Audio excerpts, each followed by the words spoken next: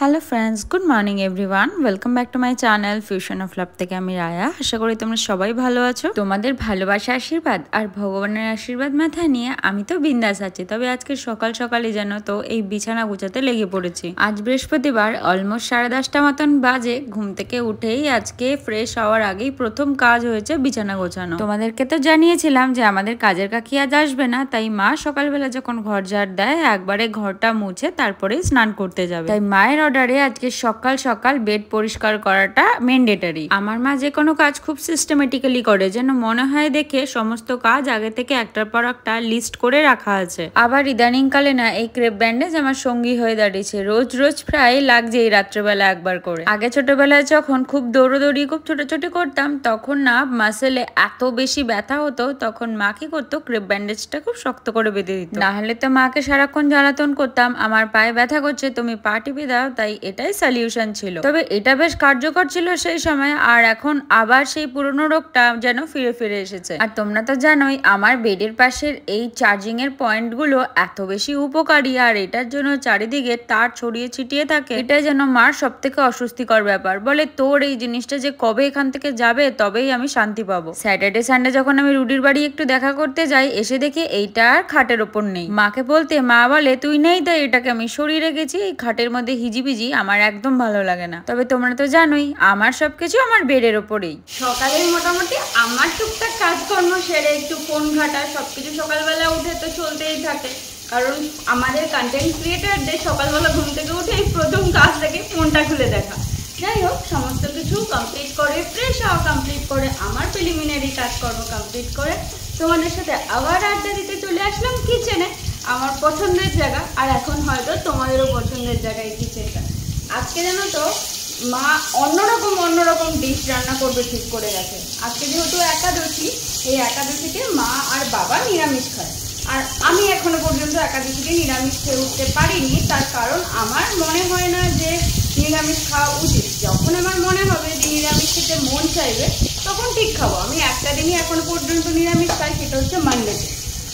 স্যাটারডেতেও মা নিরামিষ খায়, সেই সময় আমারও খাওয়া হয় না। তো মাকে বলেছে তুমি যাই করো না কেন আমার জন্য একটু কিছু করে রাখো, সেটা দিয়ে আমার হয়ে যাবে খাওয়া। রান্না তো মোটামুটি অনেকক্ষণ আগেই বসিয়ে দিয়ে যায়, সেটা তো তোমরা বুঝতেই পেরেছ। আর আজকে হবে পটল দিয়ে পনির দিয়ে একরকম তরকারি। মা সেটা আমাকে রেসিপি বলে গেছে, আমাকে শুধু অ্যাপ্লাই করতে হবে, ইনস্ট্রাকশন ফলো করতে হবে। যে পনিরগুলো অন্যান্য দিন তো এমনি আমি কেটে নিই, তবে আজকে পনিরটাকে গ্রেট করে নাকি দেওয়া হবে। তাই গোটা পনিরটাকে জলের মধ্যে ভিজিয়ে রেখেছি। জলের মধ্যে পনির সবসময় এমনি ভিজিয়ে রাখলে একটু সফট হয়, আর ভাজার পর ভিজিয়ে রাখলে তো আর একটু সফট হয়। আর এই যে এমন বড় বড় সাইজ করে পটল কেটে রেখে রাখলে পটলগুলো এখন ভেজে নিচ্ছি। ইউটিউব দেখে রেখে মা কত রকম যে রান্নাবান্না শেখে আর রান্নাবান্না দেখে, আর সেগুলো অ্যাপ্লাই করে আমাদেরও খাওয়ায়, নিজেও খায়, আর আমিও একটু এক্সপেরিমেন্ট করতে ভালোই বাসি। তবে মা যেমন করে বলেছে আজকে আবার তেমনভাবেই রান্না করবো, আজকে নিজের এক্সপেরিমেন্ট বেশি চালাবো না। হ্যাঁ, বলে গেছিলো মশলা দিতে হবে আদা, কাজু বাদাম, নিজে সমস্ত পরিমাপ করেই রেখে গেছে, আর একটা টমেটো, এগুলোকে সিদ্ধ করে তারপরে গ্রাইন্ড করতে হবে। ব্যাস, এটা আমি সিদ্ধ করে অলরেডি রেখে দিয়েছি। আর আজকে আমার সব থেকে অপছন্দের জিনিস সেটা হচ্ছে পাট শাক, সেটা রান্না হবে। তো আমি কি দিয়ে খাবো? আর আজকে আমার তো বাইরে খুব সুন্দর হাওয়া দিচ্ছে, কালকেও সুন্দর হাওয়া দিয়েছিল রাত্রেবেলা। ভাবলাম জোর বৃষ্টি আসবে, কিন্তু ওই যে ওরা তো বিট্রে করবে, আর বৃষ্টি আসলো না, হাওয়া দিয়েই সমস্ত কিছু সরিয়ে দিল। কী করছিল ভগবানই জানে। আজকে রোদ তো উঠছে, কিন্তু মেঘলাও করছে, গরমও আছে, সবই আছে, কিন্তু তারপরেও একটা সুন্দর মৃদুমন্দ বাতাস বইছে। আর আমাদের এই কিচেনের এই পাশটা যেহেতু পুরোপুরি ফাঁকা, এখান থেকে সুন্দর একটা হাওয়া আসে, খুব সুন্দর একটা হাওয়া আসে, এই জন্যও প্রবলেম।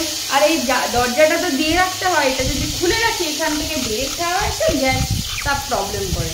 তাই জন্য সবসময় আমাকে দরজা দিয়েই রান্না করতে হয়। তোমরা দেখবে ম্যাক্সিমাম সময় আমি যখন রান্না করি তখন দরজাটা দিয়েই রান্না করি। আর খুব বেশি আলো আসে, আমি যখন তোমাদের সাথে কথা বলি সেই রিফ্লেকশনটা খুব বাজেভাবে আসে, তাই দরজাটা বন্ধ করেই আমি কাজ করি।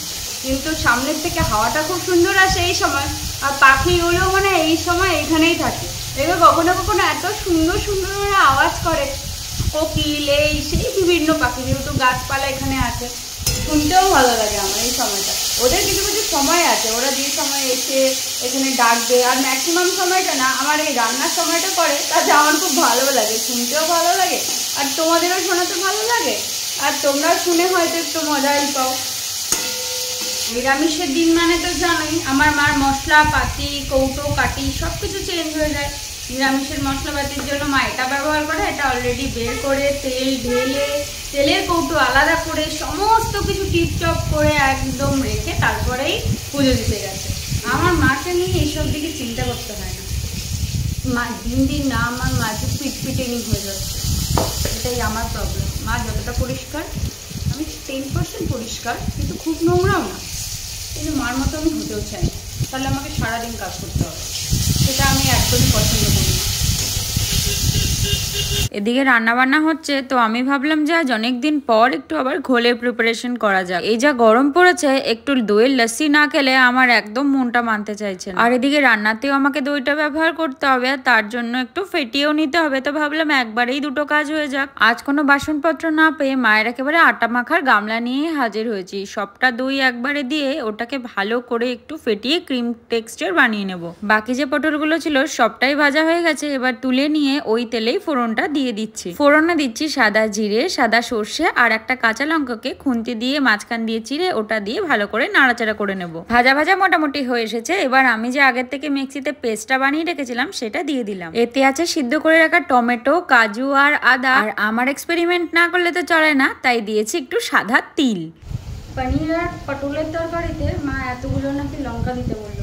মাকে বললাম দেখো এরপর যদি ঝাল হয় তাহলে তুমি কিন্তু আমাকে কিছু বলতে পারবে না, কারণ পনিরে আমি যতবারই রান্না করেছি ততবারই ঝাল হয়ে গেছে পনির, কারণ লঙ্কাটা আমি একটু বেশি দিয়ে দিয়েছিলাম। আর পনির না ঝাল কখনো টানে না, মানে অন্যান্য তরকারি রান্না করে ঝালটা যেমন মজে যায়, পনির সেটা করে না, পনিরের ঝালটা ধরেই রাখে। এতটা পর্যন্ত লঙ্কা দিচ্ছি, ঝাল হলে তার রেসপন্সিবিলিটি কিন্তু পুরো মা, তোমরা সাক্ষী রইলে। আমি রান্না করতে করতে মাও চলে এসেছিল, আর আমার একটু বাবার সাথে ফোনে দরকার ছিল, তাই আমি বাবাকে ফোন করায় মা খুন্তিটা হাতেই নিয়ে নিল। আমি মাকে এটাই বললাম, তুমি কি এখন খুন্তি ধরে কিন্তু ক্রেডিটটা তুমি নেবা না, ক্রেডিটটা কিন্তু পুরোটাই রান্নার আমার। এই মশলাটাকে কষানোর জন্য কন্টিনিউ না নেড়ে যেতে হবে, নাহলে মশলাটা একটু থিকনেস হয়তো লেগে গিয়ে পুড়ে যেতে পারে। আর রান্না করতে করতে মার একটু জল পিপাসা পেয়ে গেছিল, তাই গিয়ে আগে জল খেয়ে নিয়েছে, আর আমি ওদিকে বাবার সাথে কন্টিনিউ কথাই বলে যাচ্ছি। ব্যাস মশলা কষানো তো হয়ে গেছে, এবার মশলার সাথে পটলগুলো দিয়ে খুব ভালো করে কিছুক্ষণ কষিয়ে নেবে। জানো তো আমার মনে হয় রান্না করাটা পুরোটাই একটা পড়াশোনার মতন। পড়াশোনার সময় আমাদের কত কিছুই না মুখস্থ করতে হতো, তেমনি রান্নায়ও কোন মশলাটা ব্যবহার করব সেটাও তো মনে রাখতে হয়, কারণ এক একটা রান্নার মশলার ব্যবহার এক এক রকম। কখন কোনটা অ্যাপ্লাই করলে রান্নার স্বাদটা কতটা পারফেক্ট হবে পুরোটাই পরিমাপের ওপর নির্ভর করে। পুরোটাই যেন অঙ্কের মতন, শুধু সেখানে সংখ্যায় পরিমাপ হয় আর এখানে সবটাই আন্দাজে। তোমাদের সাথে কথা বলতে বলতে আমি যে দইয়ের ক্রিমটা বানিয়ে রেখেছিলাম সেটা দিয়ে মা খুব ভালো করে কষিয়ে নিয়েছে। ব্যাস এবার জল দিয়ে দিল, এবার এটার মতন ফুটতে থাক। ব্যাস ঝোল অলরেডি ফুটে একটু কমিয়ে এসেছে। এবার যে পুরো পনিরটা রাখা ছিল অনেকটা পরিমাণ পনির পুরো গ্রেট করে ছড়িয়ে দেওয়া হবে। যে থকথকে ঝোলটা বা গ্রেভিটা তৈরি হবে সেটা পুরো পনিরেরই তৈরি হবে। তোমরা তো প্রত্যেকদিন ব্লগে ম্যাক্সিমাম সময় আমার রান্নায় দেখা হতে হবে, আজকে সুযোগ হয়েছে মা রান্নাটা তোমাদের সাথে শেয়ার করা। আজকে আমাদের কিন্তু নিহাতি খুব শর্টকাট মেনু না, নিরামিষ তো বললাম, পনির দিয়ে তরকারিটা তো হয়েইছে, সাথে আবার আমার বাবার মা, তোমারও কি এটা ফেভারিট? আমার বাবার মার তিনজনের ফেভারিট এই যে কাঁকরোলের পুর, এটা আমরা খুব খেতে ভালোবাসি।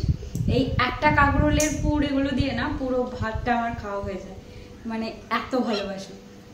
কাঁকরোলটাকে মা সিদ্ধ করে রেখে দেয়, আর ওর ভেতর থেকে খোলাটা ছাড়িয়ে সিদ্ধ করার পর চামচ দিয়ে স্পুন দিয়ে ওটাকে চামচ দিয়ে স্পুন দিয়ে বলছে, দেখো কিসব ভুলভাল বলি, স্পুন দিয়ে ওটাকে বের করে ফেলে। বের করে ওর মধ্যে একটু পোস্ত, তারপরে কি কি দিয়েছো মা, যা যা মশলা সেটা দেওয়া হয়, কাজু বাদাম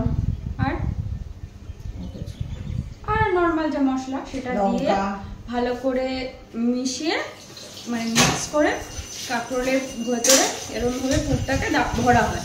এবার এটাকে নর্মাল ফ্রাই করে না হবে তাহলেই হয়ে যাবে।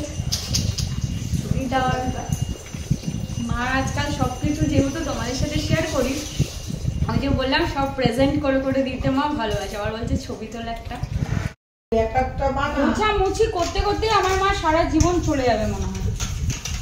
একদিন তোমাদের সাথে আমি এটাই শেয়ার করবো যে আমার মা রান্নাঘরে কি কি কাজ করে সারাক্ষণ। রান্নাঘরে আমার আধা জীবনটা কেটে গেল। এই মহিলার লাইফে রেস্ট বলে কিছু নেই। ভগবান মানে এই রেস্ট ওয়ার্ডটা এই মহিলার মাথার থেকে, লাইফ থেকে সরিয়ে দিয়েছিল। সারাদিন দৌড়াচ্ছে, সারাদিন কাজ করছে, সারাদিন সবকিছু করছে। রেস্ট বলে কিছু তোমার লাইফে আছে জানো? রেস্ট ভগবান যে একটা ওয়ার্ড বানিয়েছে, রেস্ট।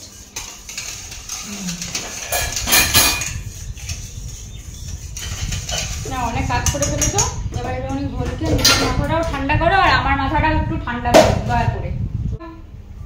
কাজ করতে করতে তুমি তোমার মাথাটা একটু ঠান্ডা লাগাও। আমার মাথা সবসময় ব্যাঙের ঠান্ডা। এই যে তোমাকে আমি এত সুন্দর করে এগুলো বানিয়ে খাওয়াচ্ছি, আর কদিন পর তার বানিয়ে খাওয়াতেই পারবো না, তো নিজে নিজেই বানিয়ে বানিয়ে খাওয়া আর আমার কথা মনে করবে। এই যে রান্না, এই জন্যই তো বিয়ের আগে তোমাদের রান্না বান্না করে খাইয়ে যাচ্ছি। আর রান্নাটা শিখতে পারবো সেটা আমার ইন্টেনশন না, তোমাদের খাওয়ানোটা ইন্টেনশন। পরে তো আমি আর থাকবো না, তখন কে খাবে, নিজেকেই করে খেতে হবে। সেটাই কি, আমি তো থোড়ি না এসে এসে তোমাকে রান্না করে খাওয়াতে পারবো। মানে প্রত্যেক দিন তো তুমি এসে না আরো বেশি জ্বালাতন করতে থাকো, জানো তো।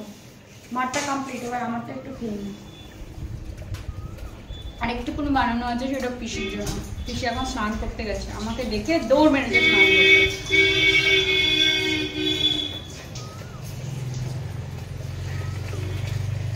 লস্যিটা ছাড়া না গরমকালটা আমার কাছে ইনকমপ্লিট মনে হয়, ইনকমপ্লিট। দুদিন আমি খেতে পারিনি, আমার মনটা খুব খারাপ ছিল। স্নান টান করে এসে দেখছি মা কাঁকরোলের পুর ভাজছে, যেটা আমার সব থেকে ইম্পর্টেন্ট। বাবা অলরেডি খেতে বসে পড়েছে, এখন মার দাবি হচ্ছে আমাকে কাসুন্দ দিয়ে পাট শাক খেতে হবে। সেটা আমি কোনোদিনই খাবো না। না আমার, আমি সব ভুলভাল জিনিস খাই না। আমার না, আমি পাট শাকটা পছন্দ করি না। পাট শাকটা কি জিনিস? আবার শাক শাক, আবার পাট শাক কি? না কেমন লোডা লোডা মার্কা, কেমন কি আজকে খায় দেখে না। আমি বমি করতে চাই না। বমি করবি না, তুই বললাম বমি হয়ে যাবে কি? হবে না। না আমি তো খাবোই না। আমার আজকে সব থেকে ইম্পর্টেন্ট জিনিস রান্না হচ্ছে, সেটা হচ্ছে কাঁকরোলের পুর, যেটা দিয়ে আমার এমনি খাওয়া হয়ে যায়, আমার আর কিছু দরকারই পড়ে না। তাহলে আমি বেকার বেকার যে জিনিসটা পছন্দ করি না সেই জিনিসটাকে মানে ট্রাই করতে যাবো কেন? তোমরাই বলো, ঠিক বলছি কিনা?